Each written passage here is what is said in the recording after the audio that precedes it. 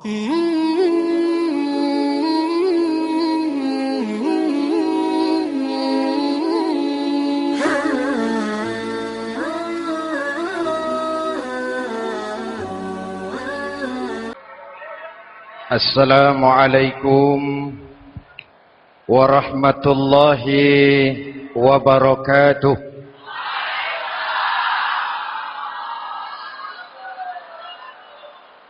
Alhamdulillahi rabbil alamin. Wassalatu wassalamu ala asyrafil mursalin Sayyidina wa maulana Muhammadin wa ala alihi wa sahbihi ajma'in, amma ba'du. Saudara-saudara kaum muslimin yang berbahagia, hadirin, kesempatan malam ini saya ingin cerita akhirat saja. Sudah pernah ke akhirat belum? Mau? Kalau mau saya daftar, besok berangkat. Salah satu rukun iman yang 6, percaya kepada adanya akhirat. Satu saat alam ini akan hancur sehancur-hancurnya. Bumi, gempa, gunung, meletus, air laut tumpah ke darat. Planet-planet bertabrakan, halilintar menyambar, angin topan bertiup. Semua yang bernama hidup mati, itu kiamat. Lalu kita akan dibangkitkan di padang mahsyar, dibangkitkan dari kubur kita masing-masing.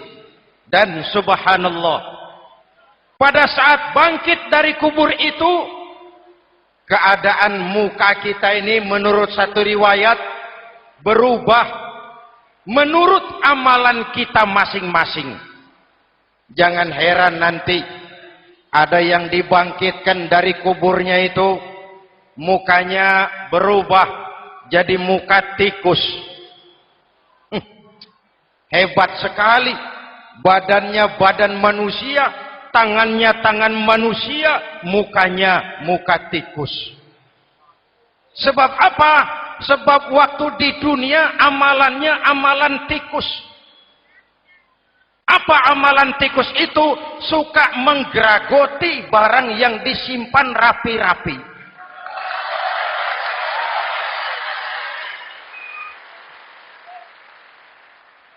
Itu nanti koruptor-koruptor yang menggeragoti uang rakyat, itu nanti bangkit mukanya muka tikus. Na'udzu. Saudara lihat, oh ini yang geragoti uang rakyat mukanya muka tikus. Ada lagi yang bangkit dari kubur, mukanya itu berubah jadi muka harimau. Kenapa? Waktu di dunia amalannya amalan harimau. Apa harimau itu? Mau menang sendiri, keras kepala, kupeh. Di mana ada hutan, rajanya pasti harimau. Padahal hutan belum pernah bikin pemilihan umum. Betul? Tapi harimau tidak peduli ada pemilihan umum atau tidak, saya raja hutan. Setelah naik jadi raja di hutan, harimau bukan melindungi rakyatnya, malah makanin rakyatnya.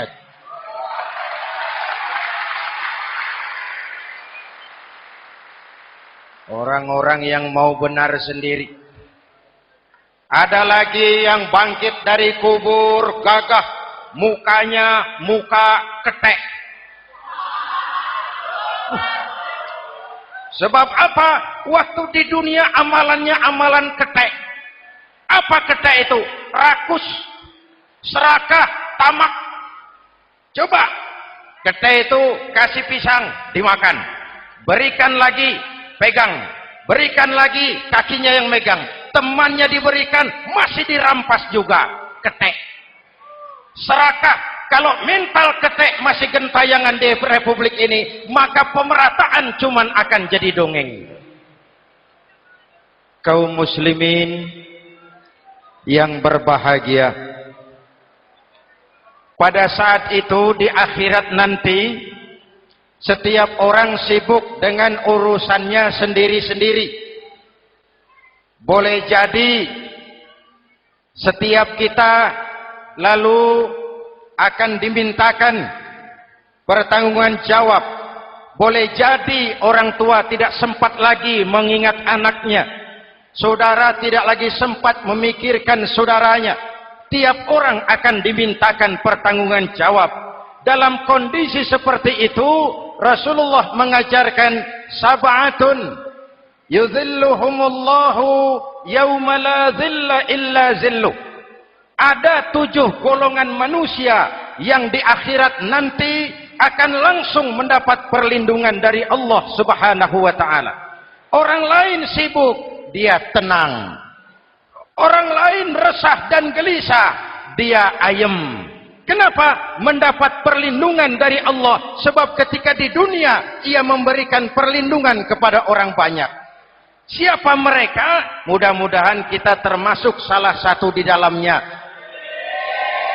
Mencari perlindungan Allah lebih-lebih dalam situasi sekarang ini. Pertama, imamun adil yang akan mendapat perlindungan langsung dari Allah adalah pemimpin yang adil. Sebab apa? Pemimpin yang adil melindungi banyak rakyat, maka pantas di akhirat dilindungi oleh Allah Subhanahu. Kita ini kan zon politikan. Kita ini makhluk yang tidak mungkin hidup sendiri-sendiri. Untuk melaksanakan hajat bersama, kita memerlukan pemimpin. Memilih pemimpin itu tidak sulit. Dalam fikih, ketika sholat, itu dijelaskan bagaimana cara memilih imam. Siapa yang diangkat jadi imam? Pertama, a'lamuhum. Orang yang paling alim di kampungmu siapa? Angkat jadi imam. Yang paling alim, paling menguasai persoalan sehingga bisa membawa bangsa keluar dari kesulitan. Pemimpin yang bisa menyelesaikan masalah, bukan yang menimbulkan masalah.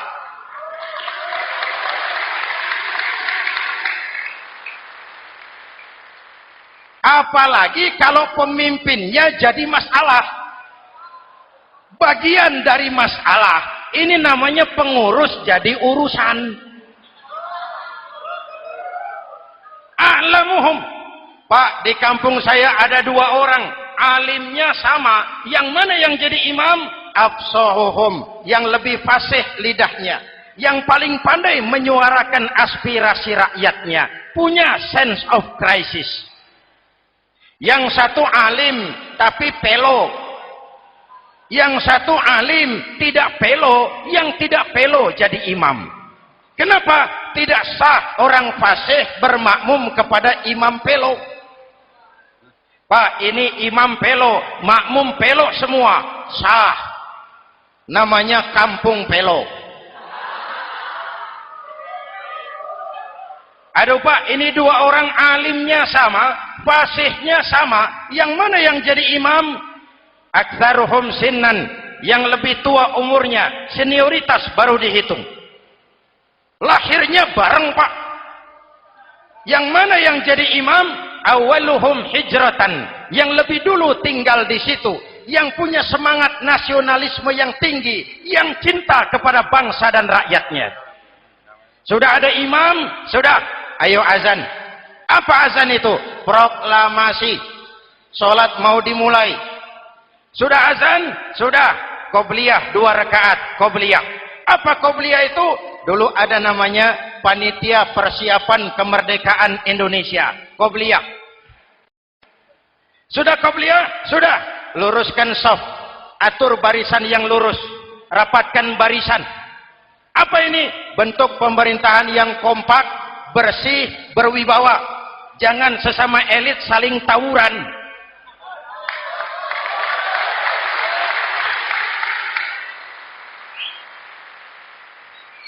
Luruskan shaf. Lalu shaf yang terdepan hendaknya diisi orang yang sedikit alim. Tidak perlu alim betul, sedikit alim. Maksudnya apa? Kalau imam keliru dia bisa tegur. Kalau imam salah dia bisa tegur. Kalau imam batal dia bisa gantikan. Ini wakil-wakil makmum. DPR, DPRD. Wakil-wakil makmum. Sudah. Ayo imam, pimpin sholat. Sepakati dulu, kita mau sholat apa? Rekaatnya berapa? Surah yang mau dibaca apa? Pakai sujud tilawah apa tidak? Supaya makmum tidak kaget-kagetan.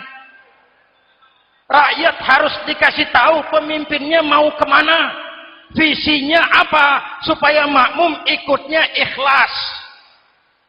Jelas? Hadirin yang saya hormati, kita memerlukan pemimpin yang adil, yang menaungi rakyatnya, sehingga dengan demikian nanti mereka akan dinaungi langsung oleh Allah Subhanahu. Mudah-mudahan Allah memberikan kepada kita rakyat dan bangsa Indonesia ini pemimpin yang adil. Saya yakin perjalanan waktu akan mengantarkan kita di mana orang-orang akan terbuka topengnya sehingga akan jelas mana pembela rakyat, mana penyengsara rakyat.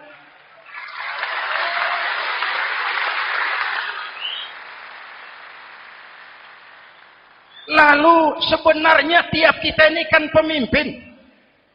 Pak Lurah pemimpin di kelurahannya, Pak Camat pemimpin di kecamatannya, kepala suami pemimpin di rumah tangganya, anak muda pemimpin bagi dirinya, dan setiap kita akan dimintakan pertanggungan jawab tentang apa yang kita pimpin. Marilah setiap kita berusaha menjadi pemimpin yang adil. Satu.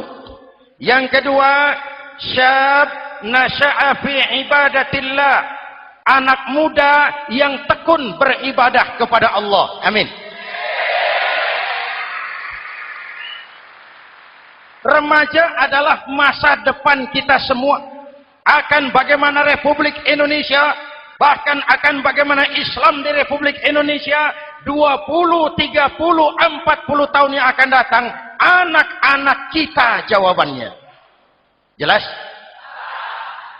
Maka menghancurkan Islam tidak usah menyegel masjid, tidak usah menutup pesantren, tidak perlu melarang pengajian, cukup dengan meracuni remaja dan pemuda Islam, menjauhkan mereka dari agama dan ulama. Kalau mereka sudah jauh dari agama dan ulama, tinggal menunggu pergantian generasi.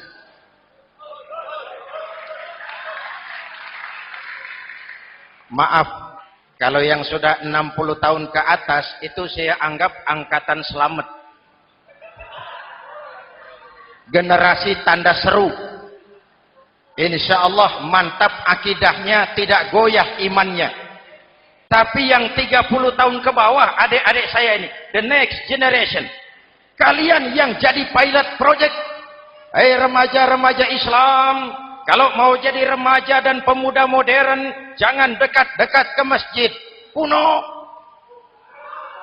Masjid khusus 70 tahun ke atas. Baca Quran kampungan. Ngaji urusan akhirat. Seiring dengan itu, modernisasi diartikan dengan westernisasi. Kau tidak bisa jadi pemuda modern kalau semua yang datang dari barat belum kau telan mentah-mentah. Kau harus bisa bergaul seperti orang barat, berpakaian seperti orang barat, berumah tangga seperti orang barat, makan minum seperti orang barat. Kalau nyanyi lagunya lagu barat yang orang lain nggak ngerti, kamu juga nggak tahu. Mengalirlah narkoba dalam segala bentuknya. Maka muncullah generasi-generasi santai, generasi-generasi salon yang mencoba mencari pelarian hanya dengan kesenangan sesaat, tapi menghancurkan masa depan yang pasti.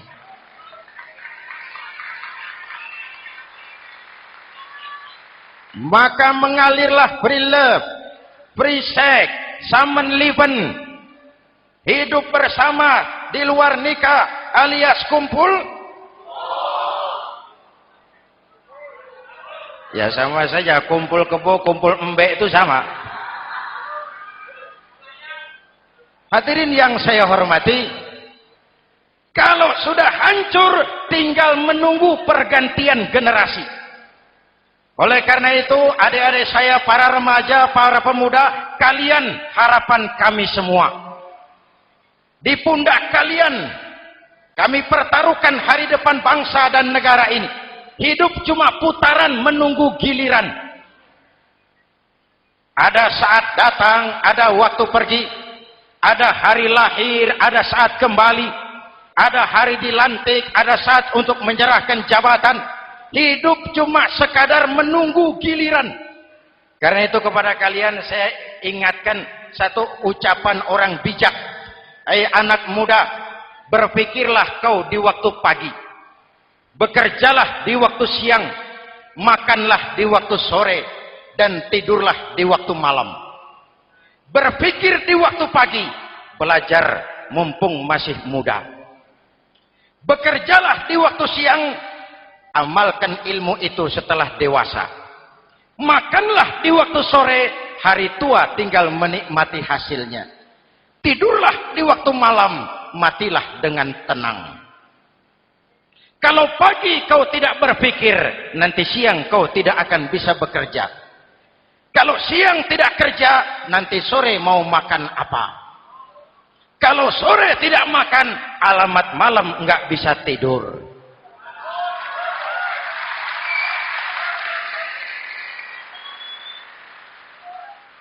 Kalau waktu remaja, waktu muda maunya santai-santai saja, dewasanya bingung. Kalau dewasanya bingung, hari tua terlunta-lunta. Kalau hari tua terlunta-lunta, matinya menteleng. Maka lebih baik makan singkong betulan daripada makan roti mimpi. Ayo, makan singkong betulan, makan roti mimpi, lebih bagus mana? Lebih bagus makan roti betulan. Kalau perlu, lebih baik sekolah sambil dagang koran, sekolah sambil parkir mobil, sekolah sambil semir sepatu, daripada petatang peteteng tanpa prospek hari depan yang ada artinya.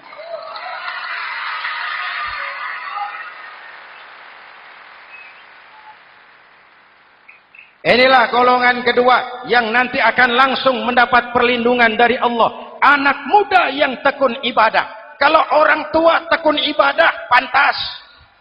Orang tua rajin ibadah, tidak istimewa.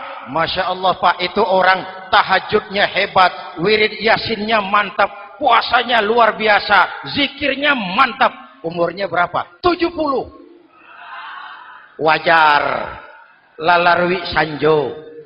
Sudah larut senja. Kalau 70 masih jadi preman, kapan tobatnya?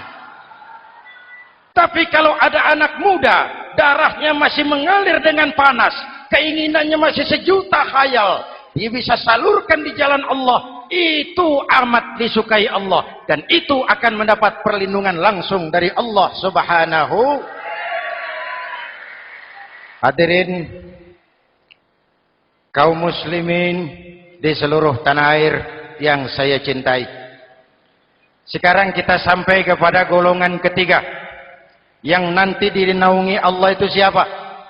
Rajulun qalbuhu mu'allakun bil masajid. Seseorang yang hatinya selalu terpaut kepada masjid. Masjid memang tempat melaksanakan sholat, tapi lebih dari itu dia adalah pusat kegiatan umat. Umat Islam dengan masjid seperti ikan dengan air, tidak boleh berpisah. Sehingga ada hadis qudsi mengajarkan, inna buyuti fil ardil masajid wa inna zuwari fiha ummaruha. Rumahku di permukaan bumi adalah masjid. Orang-orang yang memakmurkan masjid adalah tamuku. Dari masjidlah terpancar semangat silaturahmi. Dan itu yang sangat kita perlukan sekarang. Di tengah-tengah kerentanan kita sebagai bangsa, masjid harus jadi lem perekat. Di sini siapapun yang datang mengucapkan Assalamualaikum. Betul? Menebarkan salam.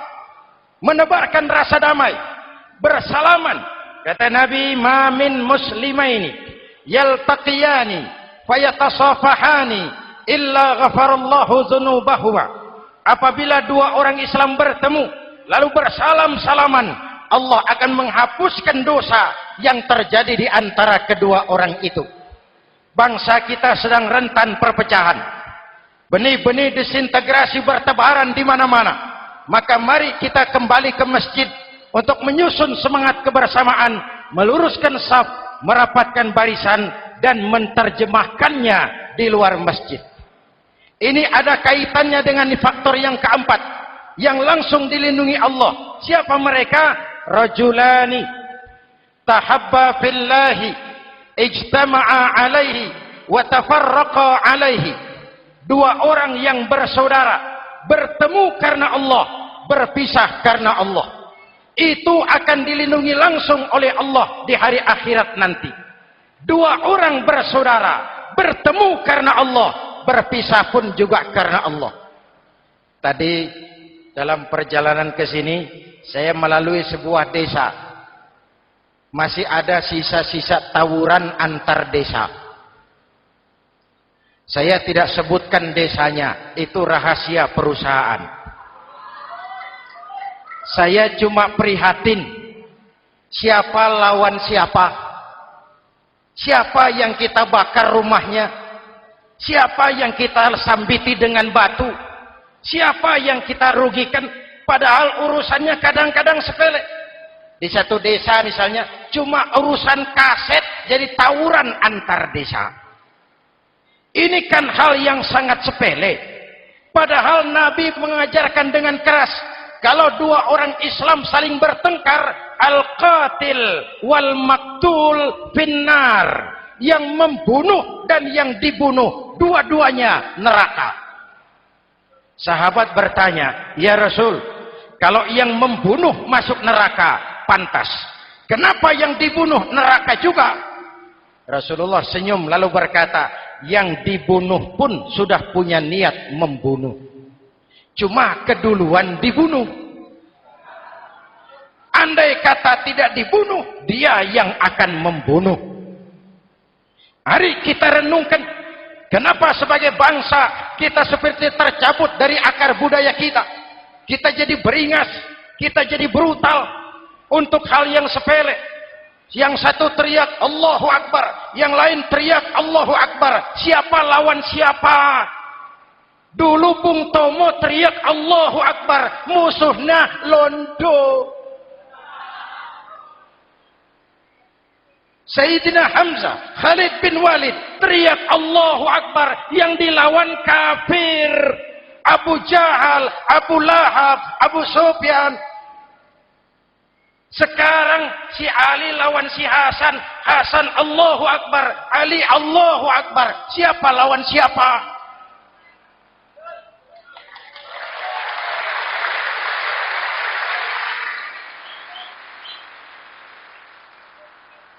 Kenapa kita jadi begitu mudah menggunakan nama Tuhan untuk melampiaskan ambisi pribadi? Kenapa Allahu Akbar yang begitu sakral kita lepas cuma untuk pelampiasan sebuah dendam? Dua orang yang bersaudara bertemu karena Allah, berpisah karena Allah. Itu ukurannya. Kau di jalan Allah, kau saudaraku. Keluar dari jalan Allah, selesai persaudaraan sampai di sini.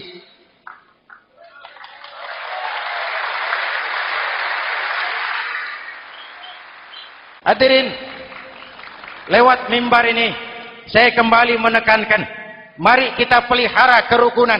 Pertama, rukun antar umat seagama. Sesama muslim harus bersatu. Yuk, kita rukun yuk. Kita kompak yuk. Kita bersatu yuk. Sesama muslim, kaos boleh berbeda, boleh. Jaket boleh tidak sama, silakan.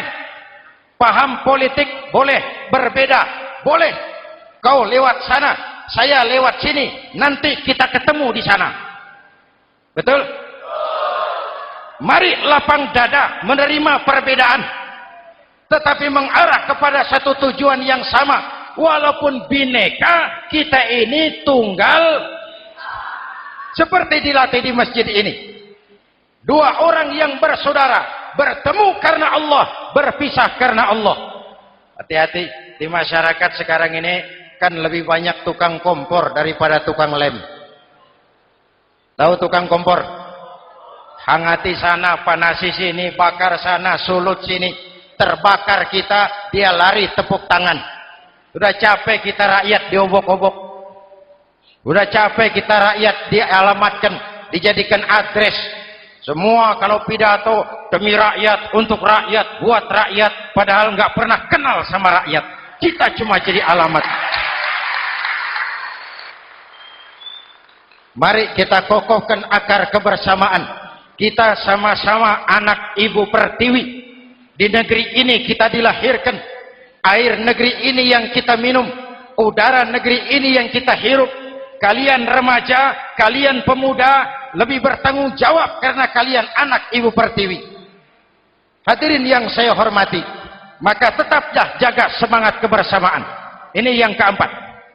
Yang kelima, rajulun zakarallaha khalian fafadat ainahu. Seseorang yang mengingat Allah dalam kesunyian, lalu berlinang air matanya. Tengah malam, dikala orang sedang tidur, dia bangun munajat. Gemersik tikar tersentuh tangan, laksana lambaian tangan malaikat maut datang hendak merenggut nyawa. Terbayang dosa yang pernah dia kerjakan, air mata berurai membasahi pipi tanpa terasa.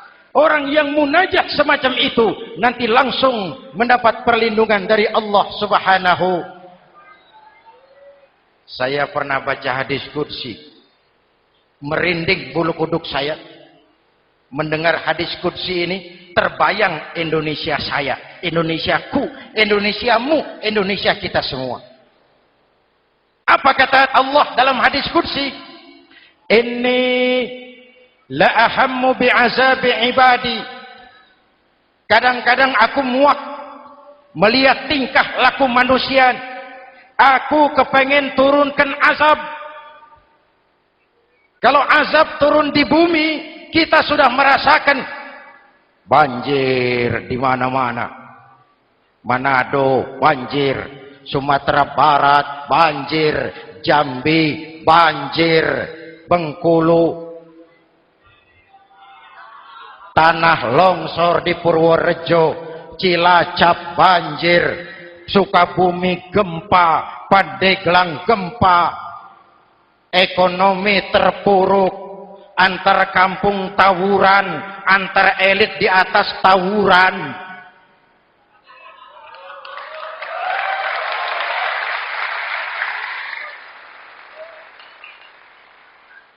Hutang numpuk. 40% APBN kita ini sekarang cuma untuk bayar hutang. Itu pun dengan asumsi dolar 7.000, 9.000, artinya sekitar 50% APBN kita untuk bayar hutang.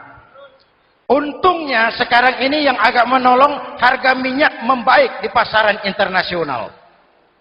Hadirin yang saya hormati, ini lagi ngomong apa saya sih? Aku pengen turunkan azab, tetapi kata Allah, ketika aku melihat orang-orang tua yang sujud di keheningan malam, bayi-bayi tanpa dosa masih menyujud. Ada hadis qudsi mengajarkan, inna buyuti fil ardil masajid wa inna zuwari fiha ummaruha. Rumahku di permukaan bumi adalah masjid. Orang-orang yang memakmurkan masjid adalah tamuku. Dari masjidlah terpancar semangat silaturahmi. Dan itu yang sangat kita perlukan sekarang. Di tengah-tengah kerentanan kita sebagai bangsa, masjid harus jadi lem perekat. Di sini siapapun yang datang mengucapkan assalamualaikum. Betul? Menebarkan salam, menebarkan rasa damai, bersalaman. Kata Nabi, ma min muslimaini yaltaqiyani fayatasafahani illa ghafarallahu dzunubahuma. Apabila dua orang Islam bertemu lalu bersalam-salaman, Allah akan menghapuskan dosa yang terjadi di antara kedua orang itu. Bangsa kita sedang rentan perpecahan. Benih-benih disintegrasi bertebaran di mana-mana. Maka mari kita kembali ke masjid untuk menyusun semangat kebersamaan, meluruskan saf, merapatkan barisan, dan menerjemahkannya di luar masjid. Ini ada kaitannya dengan faktor yang keempat, yang langsung dilindungi Allah. Siapa mereka? Rajulani tahabba fillahi ijtama'a alaihi wa tafarraqa alaihi. Dua orang yang bersaudara, bertemu karena Allah, berpisah karena Allah. Itu akan dilindungi langsung oleh Allah di hari akhirat nanti. Dua orang bersaudara, bertemu karena Allah, berpisah pun juga karena Allah. Tadi dalam perjalanan ke sini, saya melalui sebuah desa. Masih ada sisa-sisa tawuran antar desa. Saya tidak sebutkan desanya, itu rahasia perusahaan. Saya cuma prihatin, siapa lawan siapa? Siapa yang kita bakar rumahnya? Siapa yang kita sambiti dengan batu? Siapa yang kita rugikan? Padahal urusannya kadang-kadang sepele. Di satu desa misalnya, cuma urusan kaset jadi tawuran antar desa. Ini kan hal yang sangat sepele. Padahal Nabi mengajarkan dengan keras, kalau dua orang Islam saling bertengkar, al-qatil wal maktul finnar. Yang membunuh dan yang dibunuh, dua-duanya neraka. Sahabat bertanya, ya Rasul, kalau yang membunuh masuk neraka, pantas. Kenapa yang dibunuh neraka juga? Rasulullah senyum lalu berkata, yang dibunuh pun sudah punya niat membunuh. Cuma keduluan dibunuh. Andai kata tidak dibunuh, dia yang akan membunuh. Mari kita renungkan, kenapa sebagai bangsa kita seperti tercabut dari akar budaya kita. Kita jadi beringas, kita jadi brutal untuk hal yang sepele. Yang satu teriak Allahu Akbar, yang lain teriak Allahu Akbar. Siapa lawan siapa? Dulu Bung Tomo teriak Allahu Akbar, musuhnya londo. Sayyidina Hamzah, Khalid bin Walid teriak Allahu Akbar, yang dilawan kafir. Abu Jahal, Abu Lahab, Abu Sufyan. Sekarang si Ali lawan si Hasan, Hasan Allahu Akbar, Ali Allahu Akbar. Siapa lawan siapa?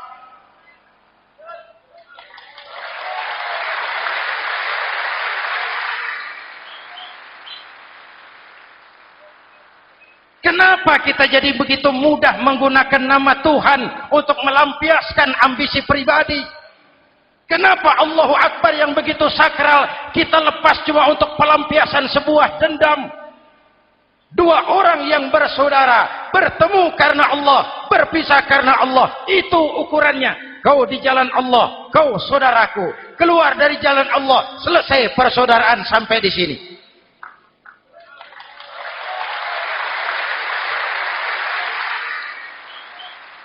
Hadirin, lewat mimbar ini saya kembali menekankan, mari kita pelihara kerukunan. Pertama, rukun antar umat seagama, sesama muslim harus bersatu. Yuk kita rukun, yuk kita kompak, yuk kita bersatu, yuk. Sesama muslim, kaos boleh berbeda, boleh, jaket boleh tidak sama, silakan. Paham politik boleh berbeda, boleh. Kau lewat sana, saya lewat sini, nanti kita ketemu di sana. Betul? Mari lapang dada menerima perbedaan, tetapi mengarah kepada satu tujuan yang sama. Walaupun bineka, kita ini tunggal. Seperti dilatih di masjid ini. Dua orang yang bersaudara, bertemu karena Allah, berpisah karena Allah. Hati-hati, di masyarakat sekarang ini kan lebih banyak tukang kompor daripada tukang lem. Tahu tukang kompor? Hangati sana, panasi sini, bakar sana, sulut sini. Terbakar kita, dia lari tepuk tangan. Udah capek kita rakyat diobok-obok. Udah capek kita rakyat dialamatkan, dijadikan address. Semua kalau pidato demi rakyat, untuk rakyat, buat rakyat, padahal nggak pernah kenal sama rakyat. Kita cuma jadi alamat. Mari kita kokohkan akar kebersamaan. Kita sama-sama anak Ibu Pertiwi. Di negeri ini kita dilahirkan. Air negeri ini yang kita minum. Udara negeri ini yang kita hirup. Kalian remaja, kalian pemuda, lebih bertanggung jawab karena kalian anak Ibu Pertiwi. Hadirin yang saya hormati, maka tetaplah jaga semangat kebersamaan. Ini yang keempat. Yang kelima, rajulun zakarallaha khalian fafadat ainahu. Seseorang yang mengingat Allah dalam kesunyian, lalu berlinang air matanya. Tengah malam, dikala orang sedang tidur, dia bangun munajat. Gemersik tikar tersentuh tangan, laksana lambaian tangan malaikat maut datang hendak merenggut nyawa.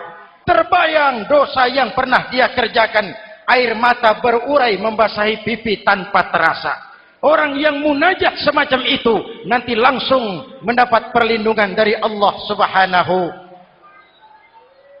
Saya pernah baca hadis qudsi, merinding bulu kuduk saya mendengar hadis qudsi ini. Terbayang Indonesia saya, Indonesiaku, Indonesiamu, Indonesia kita semua. Apa kata Allah dalam hadis qudsi? Inni la ahammu bi'azabi ibadi. Kadang-kadang aku muak melihat tingkah laku manusia. Aku kepengen turunkan azab. Kalau azab turun di bumi, kita sudah merasakan banjir di mana-mana. Manado banjir, Sumatera Barat banjir, Jambi banjir, Bengkulu, tanah longsor di Purworejo, Cilacap banjir, Sukabumi gempa, Pandeglang gempa, ekonomi terpuruk, antar kampung tawuran, antar elit di atas tawuran.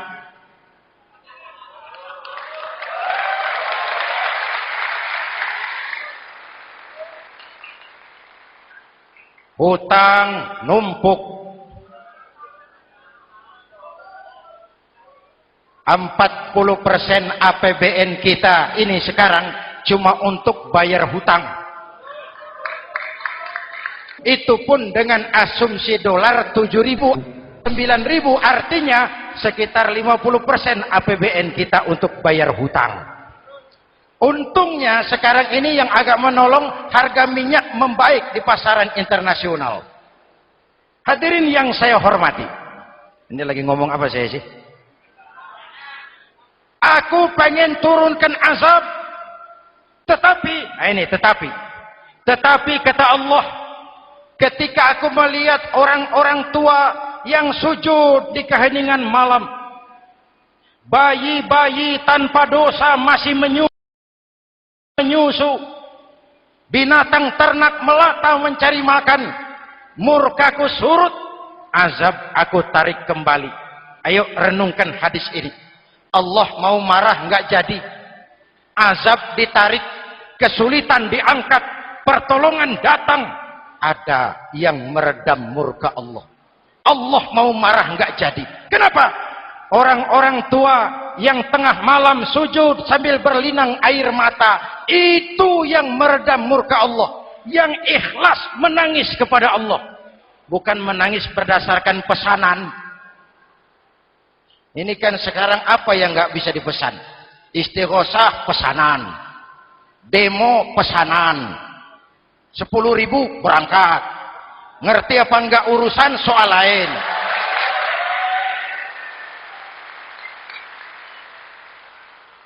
Jadi bukan demonstran, pekerja demo. Orang tua yang ikhlas nangis kepada Allah di keheningan malam, kita hutang jasa kepada orang-orang tua yang ikhlas seperti itu. Itu yang menjaga keselamatan bangsa. Allah mau murka enggak jadi sepanjang masih banyak orang-orang tua yang sujud di tengah malam. Amin. Yang kedua, bayi tanpa dosa masih menyusu. Tanpa dosa. Binatang melata mencari makan. Sekarang bagaimana kesulitan, gak mau panjang. Mengamalkan hadisnya terbalik. Yang disuruh itu orang tua tengah malam sujud. Bayi tanpa dosa nyusu. Sekarang ini orang tua tengah malam nyusu. Bayi tanpa dosa dibuang ke tempat sampah. Akibat pergaulan bebas, bayi tanpa dosa dibuang ke tempat sampah. Orang tua tengah malam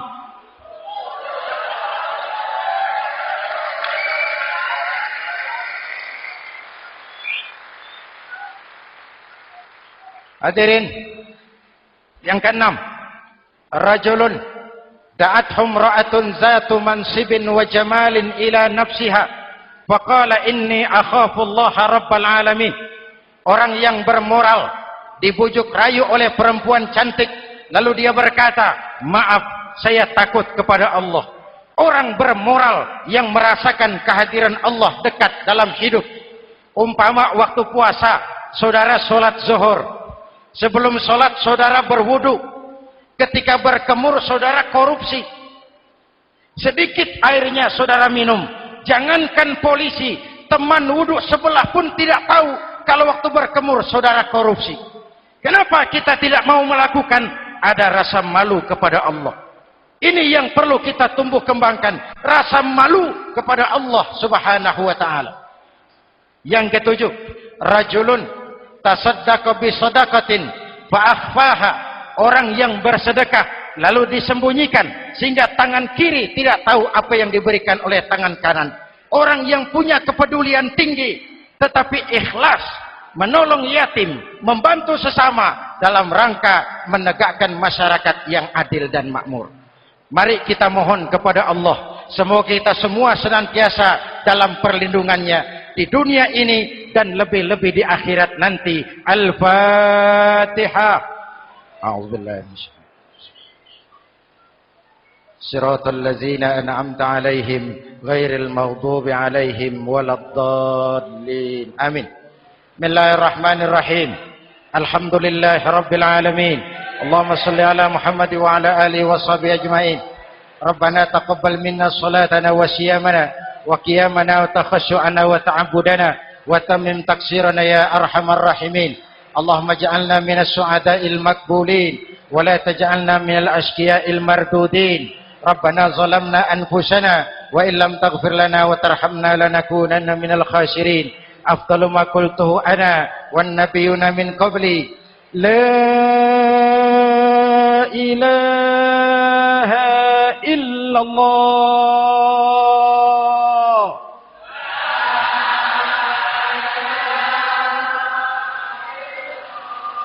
La ilaha illallah.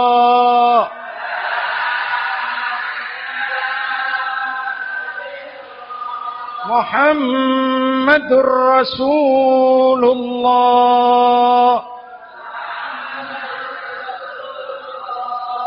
Kalimatu haqqin 'alaiha nahya wa 'alaiha namut wa 'alaiha numashu insyaallah minal aminin wa akhiru da'wana alhamdulillahi rabbil alamin. Assalamualaikum warahmatullahi wabarakatuh.